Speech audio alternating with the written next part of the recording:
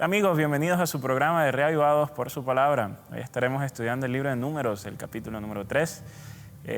Recuerden que como introducción general al libro de Números y para tener el contexto histórico de qué es lo que está ocurriendo, pueden ir y revisar el video del capítulo 1, donde introducimos allí el libro, cómo se conecta con lo que viene antes, y esto nos permite tener una secuencia narrativa en la cual podamos entender entonces el contenido y sentido del libro de Números.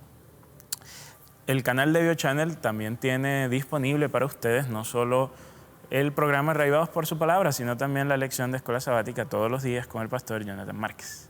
Vamos a orar antes de iniciar. Padre, pedimos que al estudiar tu palabra hoy podamos extraer de ella lecciones prácticas para nuestra vida. En Jesús, amén. Ok, Números capítulo 3.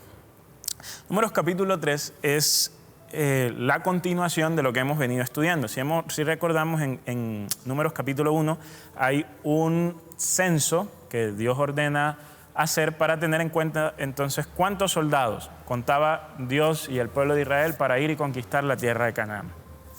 Capítulo 2 del libro de Números es acerca de cómo estas tribus se organizaban, ¿cierto? Se ubicaban a lo largo en los 4 puntos cardinales, teniendo al santuario en el centro.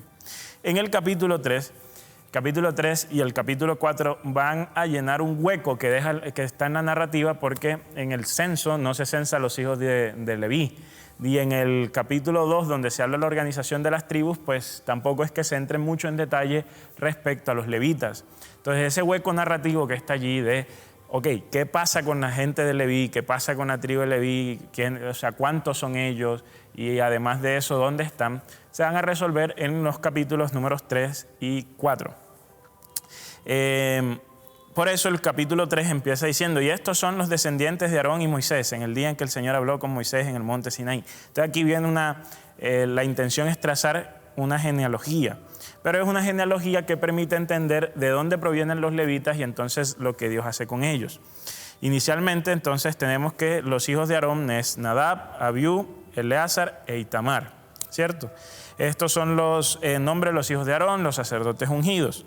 Nadab y Abiú ya lo estudiamos por allá en Levítico capítulo 10, ellos murieron, ¿cierto? Porque ofrecieron fuego extraño ante el Señor.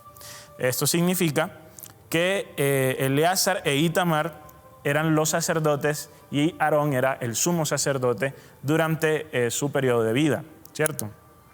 Ahora, luego en el capítulo 3 dice el texto que el Señor le dice a Moisés que haga que la tribu de Leví se acerque y se ponga delante del sacerdote Aarón para que le sirvan, y se encargarán de las obligaciones para con él, para con toda la congregación delante de la tienda de la reunión, para cumplir con el servicio del tabernáculo. Entonces, la razón por la cual la tribu de Leví no está en el censo originalmente en Números capítulo 1 es porque ellos iban a tener una función aparte. Recordemos que el censo de Números capítulo 1 era un censo para contar cuántas personas podían ir a la guerra.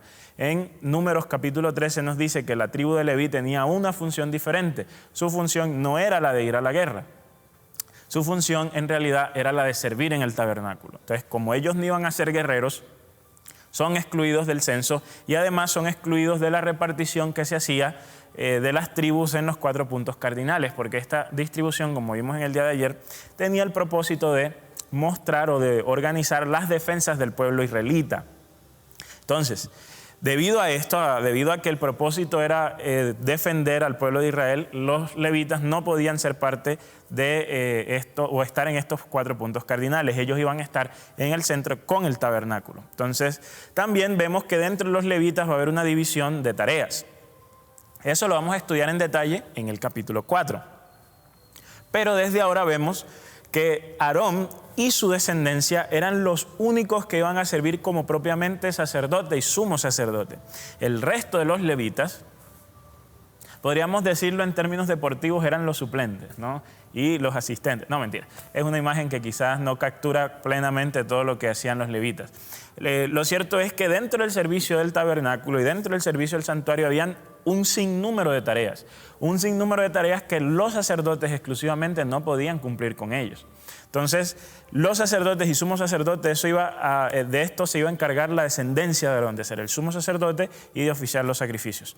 Pero del resto de tareas que involucraban el santuario, como transportar el santuario, ¿cierto?, limpiarlo, moverlo y demás, de todo esto se iban a encargar los otros levitas, los otros descendientes de Leví.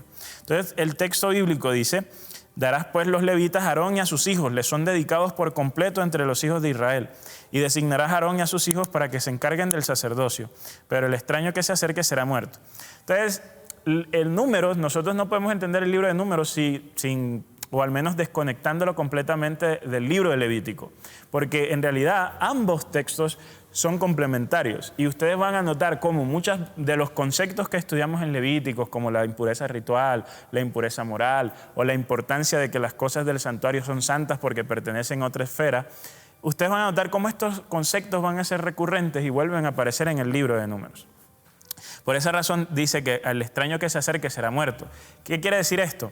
Si ustedes notan, Dios separa un edificio de forma especial y también separa entonces ahora un grupo de forma especial para que sirva en ese edificio especial. Entonces, tanto el edificio como el grupo de personas especiales quiere decir que ellos pertenecen a otra categoría, que ellos pertenecen a otra esfera, pertenecen a otra realidad, y esa esfera y esa realidad a la que ellos pertenecen es diferente. Entonces, ¿quién tiene acceso a lo diferente? Pues el grupo de personas que están allí dedicadas para ello.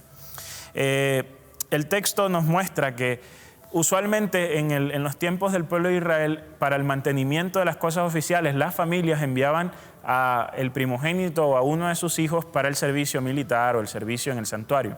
Entonces, para evitar esto, lo que hace Dios es que en vez de tomar un primogénito de cada familia, en lugar de esto toma toda una tribu y entonces la consagra y la dedica a su servicio.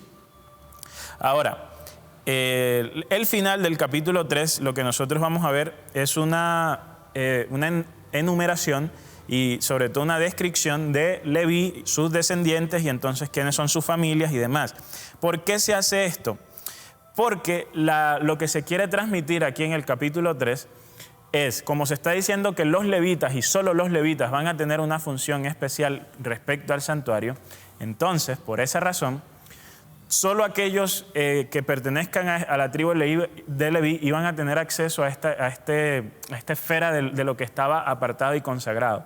Entonces, el libro de Números y la genealogía que encontramos allí lo que hace es una descripción completa de quiénes entonces podían participar y de quiénes no. Porque una genealogía tiene esa función. Pues en este caso nos dice quiénes sí pueden participar y quiénes no. ¿Para qué nos dice quiénes no pueden participar?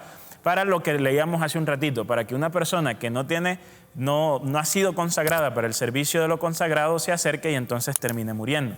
Entonces, la genealogía, que entre comillas muchas veces pensamos que es aburrida, tiene una función de clasificación y sobre todo de protección al pueblo. Aquí se iban entonces al fin, o a lo largo del capítulo se va enumerando y se va diciendo, bueno, de quién es la familia, mejor dicho, entonces esta familia viene de fulano, y se van también diciendo cuántas personas habían, ¿no?, en cada una de las familias y además de cuáles eran sus funciones, ¿no? Y entonces que esta familia se encarga de esto, esta familia se encarga de lo otro, y ahí ustedes pueden ver en el capítulo cómo cada grupo de personas tenía una función específica dentro del santuario.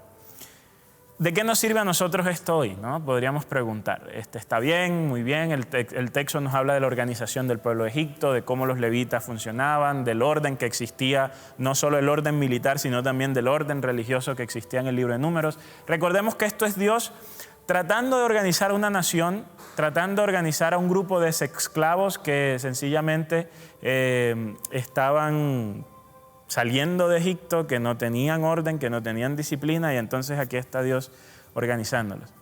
Entonces, cuando pensamos hoy en las implicaciones de Números capítulo 3, podemos pensar en uno, Dios hoy sigue teniendo un grupo de sacerdotes, ¿no? Y los sacerdotes pues en realidad no son los pastores, ni son los líderes. La Biblia nos cuenta que el sacerdocio somos todos nosotros. Todos los creyentes son sacerdotes. Desde esa perspectiva vamos a encontrar que así como los levitas estaban encargados de una labor especial, nosotros como creyentes también. Lo hemos dicho una y otra vez a lo largo del estudio de Levíticos, como creyentes estamos separados. Nuestra vida no debe seguir el patrón de vida común y corriente, sino que debe seguir un patrón de vida diferente y consagrado a Dios. Entonces, por un lado, cuando vemos aquí a los levitas, debiéramos vernos a nosotros mismos y cómo Dios, así como separa a los levitas, nos separa a nosotros para un estilo de vida especial. Otra lección o desde otra perspectiva, el texto también nos enseña lo siguiente. Alguien puede decir, pero en realidad Aarón y los hijos son los que tienen los papeles importantes dentro del servicio del santuario. El resto de personas lo único que hace es dedicarse a trabajos de servicio, ¿no? Son de inferiores, le toca cargar en la columna, que le toca cargar el velo, que le toca desarmar. Entonces, el capítulo 3 también nos enseña que en la obra del Señor ningún trabajo es demasiado pequeño. Todos los trabajos son importantes. Por muy minúsculo que pueda pensar alguien que es su don o que es su capacidad, todo eso contribuye a la causa. Y a veces tenemos la tendencia a pensar que solo es aquel que predica o el que enseña, es que ese sí está haciendo la obra de Dios, ¿no? La obra de Dios es el que va y llena estadios y el que bautiza miles, pero yo, ¿qué voy a estar haciendo la obra de Dios si yo soy una pobre criatura aquí escondido en un pobre pueblo, de pronto estudiando la Biblia con una pobre persona? En realidad ese pensamiento suele ser el pensamiento que piensa que la vida cristiana es aquella que está llena siempre de focos y cámaras detrás de ti, pensando que eres lo más importante, como dice el dicho popular, que eres la última Coca-Cola del desierto. Pero en realidad el libro de Números, el capítulo 3, nos enseña que todos los trabajos son importantes, por muy pequeños que sean. Por eso es que Jesús dice que en el cielo hay una ética que difiere de la ética del hombre. Nosotros estamos acostumbrados a pensar que hay que ser pequeños para ser grandes, ¿no? Y la ética del cielo es diferente. El asunto de la ética del cielo es que lo que el hombre considera grande, el cielo lo considera pequeño. Y lo que el hombre considera pequeño, el cielo lo considera grande. Una ética que está invertida. Así que Dios estimaba de gran manera la labor de todos los levitas de Números capítulo 3. De la misma forma en que estima aún lo que entre comillas para el hombre es pequeño, para Dios sigue siendo o es grande. Así que la invitación para el día de hoy y la lección de número 3 es que tú sigas haciendo lo que estás haciendo para el servicio de Dios, sin importar lo pequeño, mediano o grande que sea. Dios lo mira con buenos ojos y Él te invita a que lo continúes haciendo, porque Él valora lo que tú haces.